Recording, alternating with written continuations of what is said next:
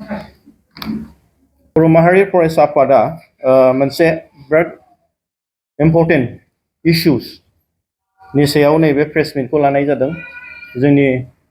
बड'लेण्ड एरा सेन्ट्रेल अफिसनिफ्राय दा जोंहा रिसेन्टलि बे जोंनि बिटिसि एडमिनिस्ट्रेसन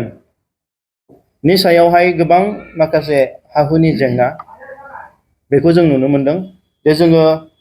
माखासे फाइल नाम्बार बेखौ लानानै दिनै जोङो जिथु बिटिसि 6 शेड्युलाव दे जोंहा नन बर'फ्रा हा बायनो मोना दा बिनि सायावहाय जों माखासे एभिडेन्स माखासे जाय जिनिसा जाथावना नङा दिनै नन ट्राइबेलफ्रा ट्राइबेलफोरनि हा बायनाय एबा लेन्ड ट्रान्सफार बेखौहाय दिनै जों लाबोनो नागिरदों दा 2003आवहाय जेब्ला भारत गभर्नमेन्ट आरो जोंनि बर'नि रिभलिउसनारिस बिएलटि बिथांमोनजों जेब्ला माने थामारि गोरोबथा सेन्ट्रेल स्टेट आरो बिएलटि जों जादोंमोन बे समावहाय बड'लेण्ड टेरिटरियेल काउन्सिल 6 शेड्युल आन्डार 6 शेड्युल जे बर'फ्रा मोनसे निजे खुंथायनि हा-हुनि अधिकारखौ मोनदोंमोन नाथाय 2003नि उनावहाय बे गोबां जोंनि नन ट्राइबेलफ्रा जोंनि बर'फोरनि बे ट्राइबेलफोरनि हाफोरखौ बायनायावहाय माने हाया ट्रान्सफार जायाखैमोन गोबां माने सार्केल अफिसफ्राव दिनै पेन्डिं जानानै फैदोंमोन नाथाय दिनैहाय जों आसरित मोनदों जे 2020नि उनावहाय जेब्ला बिटिआर गोरोबथा जाबाय आरो बिटिआर गोरोबथानि उनावहाय दिनै मानगोनां दानि मानगोनां प्रमद बर' बिथाङा गोदान सरकार दाबाय अब्लाहाय जों नुदों दि 2021 1 जानुवारियाव मोनसे फर्मेल लेटार जोंनि लेन्ड रेभिनिउ डिपार्टमेन्टनिफ्राय जोंनि बिटिसि सेक्रेटारियेटनिफ्राय दिनैहाय माजबाद सार्केल अफिसार माजबाद रेभिनिउ सार्केलावहाय मोनसे लेटार फैदों जाय लेटारनि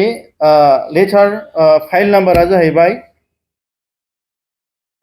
BTC/2021/PT-35/Part 2/37 दा लेटारा फैदों बिथांनिफ्राय सार्केल अफिसारनिसिम फैदों दा बेयावहाय साबजेक्टआव मा लिरनाय दं approval of proposal of land allotment and settlement दा नै बे लेटारनि गेजेरजोंहाय आरो बेवहाय मोनसे बिथांमोननि जि रेफारेन्सआवहाय बुंदों with reference to the subject cited above I am directed to say that the Bodoland Territorial Council is pleased to approve the proposal for land allotment or settlement as submitted by you by letter under reference as mentioned below दा बिनि गेजेरजों बिथांमोनहा मा लिरदों बेयावहाय settlement number of beneficiaries 137 ओमफ्राय 135 numbers of पाट्टा issued 135 135 पाट्टाखौ issued खालामबाय ओमफ्राय बेनिफिसियारिया जाहैबाय 137 ओमफ्राय बेनि गेजेराव land allotment total 342 total जाहैबाय 479 बेनिफिसियारिसफोरनि थाखाय land allotment होदों दा बेनि गेजेरावहाय गोबाङानो नन ट्राइबेल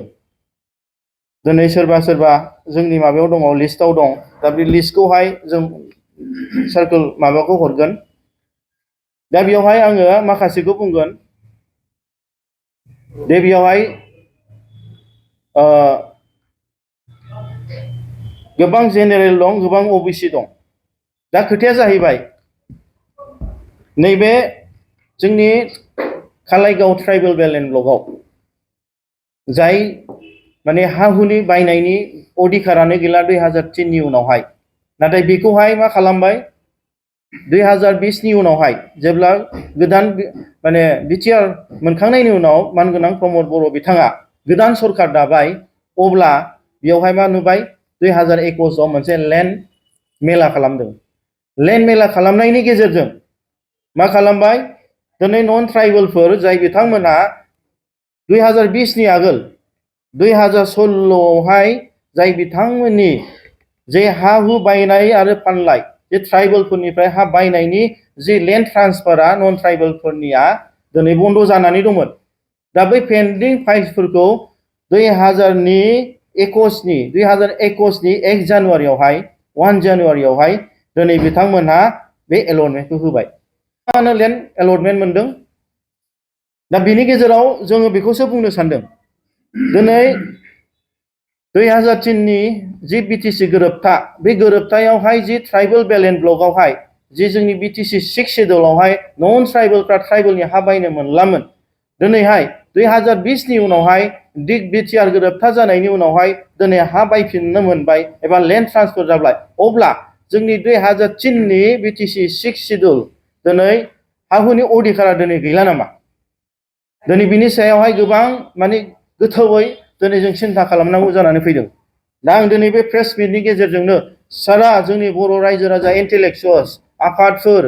जोंनि व्यक्ति इन्डिभिजुवेल्स आरो दिनै बर' हारियानो दिनै बिनि सायाव नायबिजिरनांगौ जिहेतु दिनै बर'फ्रा गोबाव सम आन्दोलन खालामदोंमोन मानि थाखाय हा हुनि अधिकार मानि थाखाय जों आन्दोलन खालामदोंमोन राजनितिक अधिकार दिनै जोंनि हायावनो दिनै जोंहा मोनखानाय अधिकार जाय हा हुखौ दिनै जों मोनखाबाय पावारखौ आरो बे गावनि हा हुखौ दिनै गुबुन जाथिनो बायनो हानायनि केपासिटिखौ होफिननाया दिनै बे बर'फोरनि थाखाय फैबाय थानाय समाव गिदिर मोनसे खैफोद फैगोन गतिके बिनि थाखायनो दिनै बर' माहारियारि फरायसा आफादा जों साफ्रोमबो जोंनि बर' सुबुंखौनो जों खावलायदों दे बेफोरनि थाखाय गुवारै सावरायनांगोन आरो बेफोरनि थाखाय होबथानायनि राहा लानांगोन दे जोंनि दानि बिटिआरनि मानगोनां सीएम प्रमद बर' बिथांखौ जों खावलायगोन दे नोंथाङा दिनै गोबां बर' जाथिनि थाखाय खामानि मावनांगौ नोंथांखौनो रायजो राजाया सायख'बाय नोंथांखौनो सीएम बानायबाय नोंथांनावनो गासिबो एडमिनिस्ट्रेशननि पावारा दं दिनै पुलिस एडमिनिस्ट्रेशननिफ्राय लानानै दिनै बिटिसिनि डिसिनिफ्राय लानानै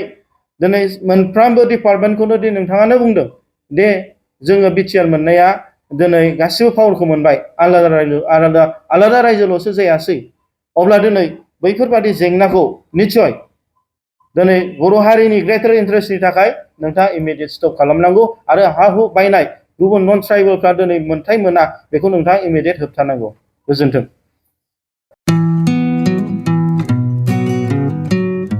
मोनसे फोसावथाय नोंथांमोननि थाखाय मोनसे गोजोनथाव खौरां लानानै फैदों चिरां जिल्लानि सिङाव थानाय काजलगावनि सिफुं हटेलखौ गुवाहाटी नोगोरनि साखाथियाव थानाय सानसारियाव गोदानै मोनसे सिफुं हटेल ब्रान्च खुलिनाया नोंथांमोननि थाखाय गोजोनथाव खौरां लानानै फैदों